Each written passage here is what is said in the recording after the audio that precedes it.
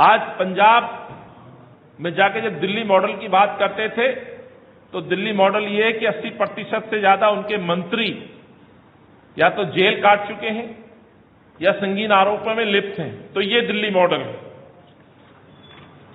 उन्होंने एक agreement sign किया था जिसके परिणाम आने शुरू हो गए हैं। एग्रीमेंट था नॉलेज शेयरिंग एग्रीमेंट।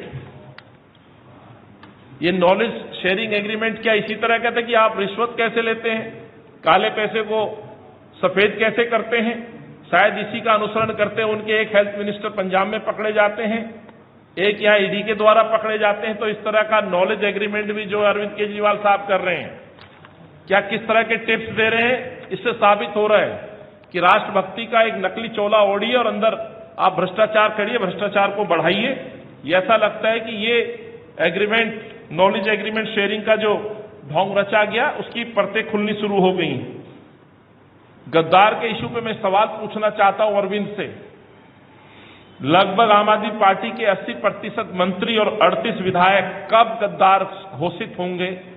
दूसरों के यदि किसी नेता पे उंगली उठती है, राजनीतिक दृष्टि से जो लोग, खास तौर से कांग्रेस के नेता, जब बीजेपी के प्रधानमंत्री से सवाल पूछते हैं और सवालों के बदले उनको दबाया जाता है, कार्रवाई की जाती है राजनीतिक तौर पे, तो उन्हें गद्दार टिप्पणी के तहत संबोधित करते हैं। तो आज ये अरविंद केजरीवाल बताए कि अपने नेताओं पर कब ये गद्दार की उपाधि देंगे। इससे बड़ी और एविडेंस क्या हो सकती है? संदीप कुमार, विजय सिंगला, जितेंद्र तोमर, सत्येंद्र जैन, ये लोग जेल की हवा खा चुके हैं, इन्हीं के मंत्री रहे। 2 लोग रिश्वत लेने के मामले में, एक फर्जी डिग्री मामले में। Satyendra Jain money laundering case में गिरफ्तार हुए हैं।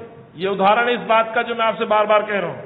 कैलाश गहलोत पर लगभग 4,288 करोड़ का लो फ्लोर बस घोटाले में सीवीसी में, जिसकी शिकायत मैंने खुद की है, उसकी जांच चल रही है।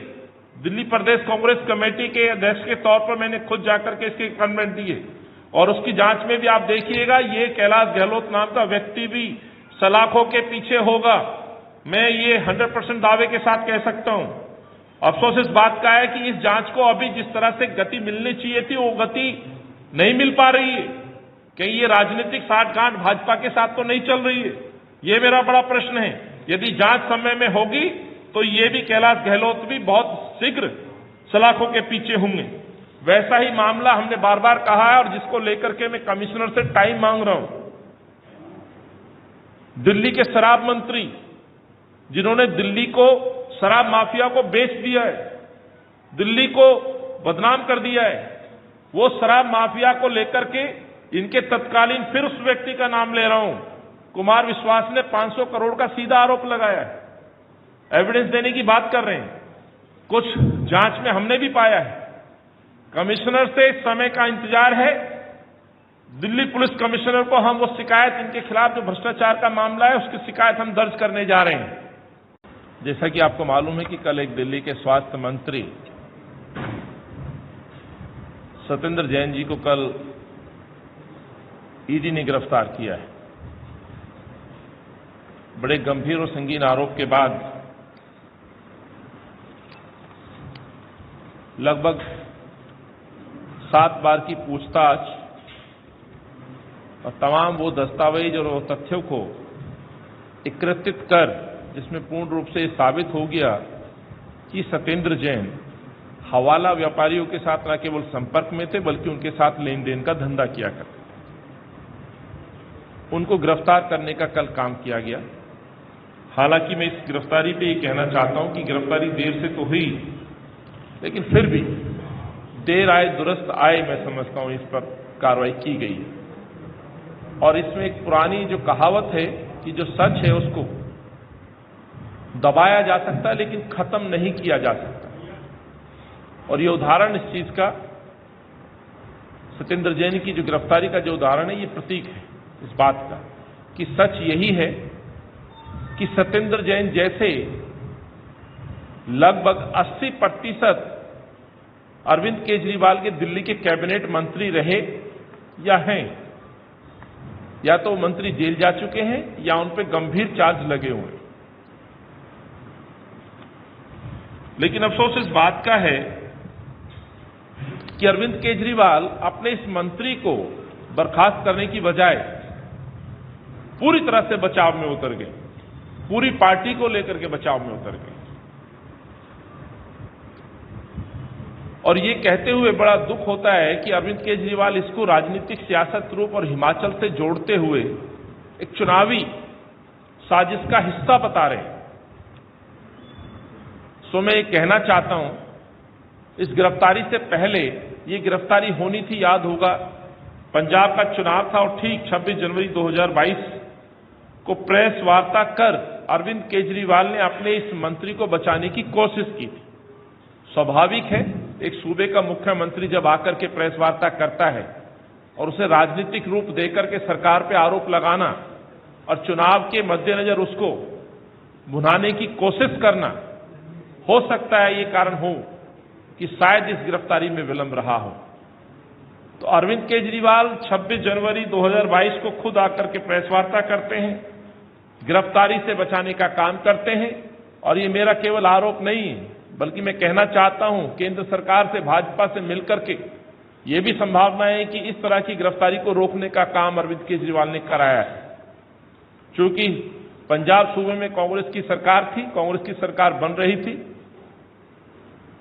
बड़ी तैयारी से साजिश के तहत वहां इस तरह की चीजों को अंजाम देने की कोशिश की गई। उसका उदाहरण एक ये भी है कि उनको अरविंद केजरीवाल साहब के जो केवल स्वास्थ्य मंत्री नहीं है, बल्कि एक राजदार मंत्री है, ऐसा राजदार मंत्री जो अरविंद केजरीवाल की पार्टी के लिए केवल न चंदा उगाही का काम करते हैं, बल्कि काले धन की वसूली के साथ साथ उस काले धन को सफेद करने की भी कोशिश करते हैं। और ये कोशिश पूर्ण रूप से आज जनता के सामने है।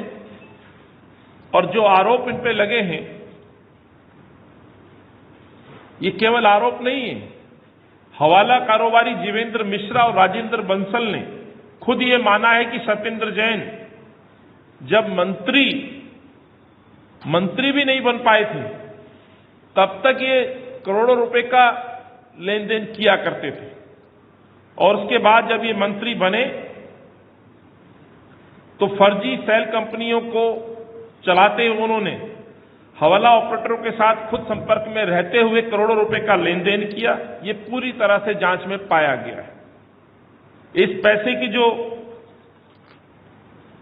इन्वेस्टमेंट थी, जांच में कहा गया है, पूर्ण रूप से साफ है कि 15 और 16 में मंत्री के तौर पर लगभग 27.69 करोड़ रुपए में 200 बीघा कृषि योग्य जमीन, 200 बीघा कृषि योग्य जमीन जो कि कराला, दिल्ली में ओचंदी, निजामपुर, बुद्धन और उत्तर पश्चिमी दिल्ली में खरीदा गया।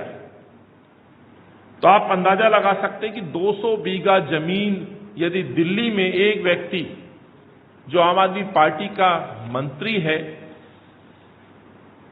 एक रसूखदार मंत्री है, राजदार मंत्री है, उसके द्वारा ये खेल चल रहा है।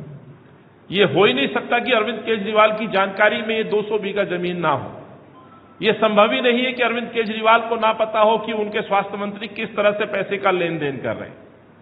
और यदि ऐसा नहीं है तो पंजाब में जिस तरह से एक स्वास्थ्य मंत्री को अपनी पीठ थपथपाते हुए देशभक्ति, बल्कि रिश्वत में लिप्त या भ्रष्टाचार में लिप्त पाए जाने वाले व्यक्ति को गद्दार की उपाधि देने का जो जिक्र किया करते थे अरविंद केजरीवाल, आज सत्येंद्र जैन को बचाने के लिए आज फिर एक बार मीडिया के समक्ष प्रस्तुत होते हैं और ये दावा करते हैं कि वो हिमाचल के प्रभारी हैं, इसलिए उनको शायद राजनीतिक दृष्टि से फंसाया जा रहा है। तो साथियों, मैं आपको एक चीज और आपसे शेयर करना चाहता हूं, किस तरह से गुमराह करने का काम अरविंद केजरीवाल कर रहे हैं। साथियों, एक तारीख है 21 मार्च 2022। 21 मार्च को केजरीवाल साहब सत्येंद्र जैन को प्रभारी नियुक्त करते हैं हिमाचल का। और याद होगा 26 जनवरी को प्रेस वार्ता करके संभावना जताते हैं गिरफ्तारी का। तो आज मैं ये कहना चाहता हूं कि ऐसा तो नहीं कि राजनीतिक अपनी बयानबाजी और भाषण में बचाव के लिए सत्येंद्र जैन को आपने मार्च में आकर के हिमाचल का प्रभारी नियुक्त किया।